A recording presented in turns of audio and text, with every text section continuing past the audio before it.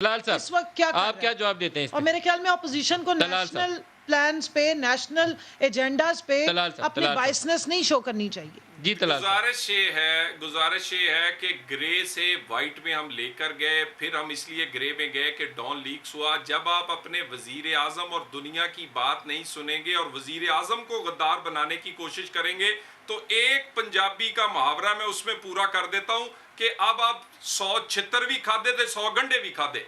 अब आपने वो कवानीन बनाए हैं, वो तरले मिनते दुनिया की हैं जो कि पाकिस्तान की तारीख में नहीं हुआ। आप सारा पूरा जहाज भर के एक एक मुल्क और एक एक को जाके अपनी सफाइयां देते रहे। उस वक्त क्योंकि आपने एक पॉपुलर लीडर को गिराना था, उसको जनाब आपने बनाना था, गद्दार बनाना था।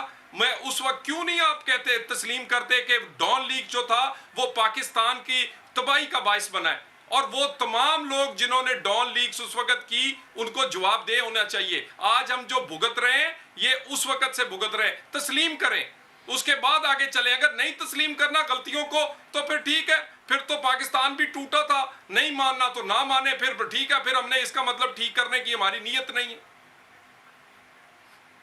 आपने कुलभूषण का मामला उठाना था ना, फिर उसको इंटरनेशनलाइज नहीं करने देना था, उसको हमने इंटरनेशनल सजाए कोर्ट ऑफ मौत दी जस्टिस थी में नहीं जाने मैडम, देना हमने था। सजाए मौत फिर दी उस थी। वक्त सज्जन जंदाल आया, सिफारिश लेके आप लोगों को नहीं माननी चाहिए थी।